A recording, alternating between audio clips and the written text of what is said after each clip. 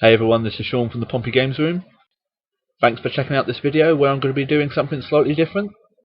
In that today I thought I would let you know of some of the best game stores in and around the city of Portsmouth should you ever visit this historical city. So this is Portsmouth, which is in Hampshire, England, and a city I grew up in and have many great memories of. So we're now taking a look at the city from Portsdown Hill, which was one of the major landmarks in Portsmouth, and a great place to take in the city should you ever visit. Now it's worth just quickly mentioning that this footage was taken just after we had some major snowfall.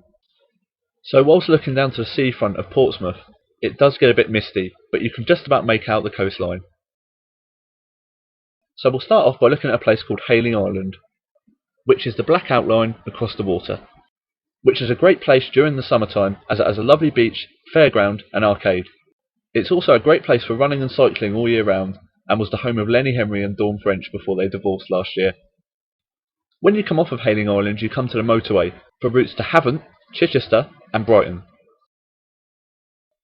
So we're now looking at the island of Portsmouth, which is the birthplace of Charles Dickens, home to the Royal Navy and Portsmouth Football Club, along with iconic buildings such as the Millennium Tower, which is in Gunwharf Quays. Due to the rich naval history that we have in this city, we have many museums, historical ships, ruins, forts, and not forgetting the historical dockyard, which can be visited while you're here.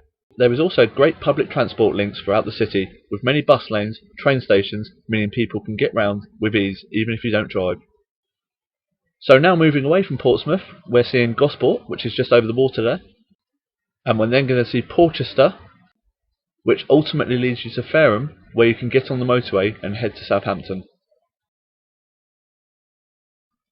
So what's the purpose of this video then?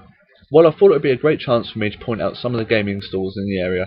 I'm going to go through some of the places that I've gotten games, consoles and accessories from in the past, as we do have some pretty good stores in and around Portsmouth that you should really try and check out once in the city. I'm also hoping that without tagging anyone in particular, this video will act as an open tag, so that anybody that watches this video makes a video of their local area pointing out the local best stores for retro and current gaming stores in response to this video. This way, if any of us ever visit the city that you live in and want to check out some stores other than Game and Gamestation, we'll have decent stores mapped out, meaning they're easier to find. So the first store I want to tell you guys about is a store in Havant called Game Exchange. A great little store located off East Street in Havant Town Centre. This is an ideal place to come visit if you're in the area, as they carry both systems and games, both current and retro, at prices that are in line, if not better than eBay in most cases. The store isn't the biggest, but it's packed with games from Master System to modern day titles. They sell both new and pre-owned consoles and games, with a limited range of retro consoles, games and accessories. I say limited because they're unable to fit out most of the retro titles due to the bulkiness of them. Also, they do carry extra stock that isn't necessarily being displayed due to lack of space on shelves. This is actually how I got my Sega Saturn games. When I was buying a few titles, I happened to mention that I'd just bought a Sega Saturn, and that was after some games. After going into the stock room for a few seconds, they re-emerged with a little plastic container full of loose games, which they did me a great deal on a few months ago. I think it's also worth mentioning that they also have an Amazon store, which you can find at the link I've listed below in the comment section. So definitely make sure you drop into the store if you're ever in the Havant area, as they're both friendly, knowledgeable, and you'll usually find a great deal in store. The next store I'd like to recommend you guys is a store called GameScape. This is based in the Meridian shopping centre in Havant, just round the corner from Game Exchange. Now they don't actually carry any retro titles or consoles, but they do occasionally have a great deal in store for modern day games and consoles. They sell both new and pre-owned consoles and games, and are also on eBay under the name of Gamescape_Havant. I've also listed this in the comment section below. So make sure again, if you're in the area already checking out Game Exchange, that you look in Gamescape, especially if you're into original Xbox, PlayStation 2, PSP, Wii, PlayStation 3 and Xbox titles. Both Game Exchange and Gamescape are situated no more than 5-minute walk away from Havant train and bus stations. There is also free parking available in the many 30-minute maximum stay zones around the town centre, with a pay and display car park at the Meridian shopping centre.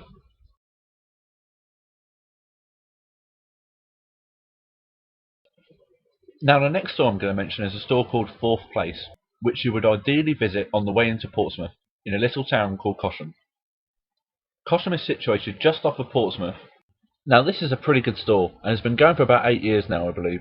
As far as I'm aware, this is actually the only game store in Cosham, and it sells games from PlayStation 1 onwards, and is worth a visit on your way into Portsmouth. To get to Cosham, it couldn't be easier, as there are both train and bus stations that both run regularly. There is also a large free car park behind the bingo hall, and street parking in the surrounding area. So let's now actually move into the city of Portsmouth and take a look at a store which is in North End. This is called Ross Records.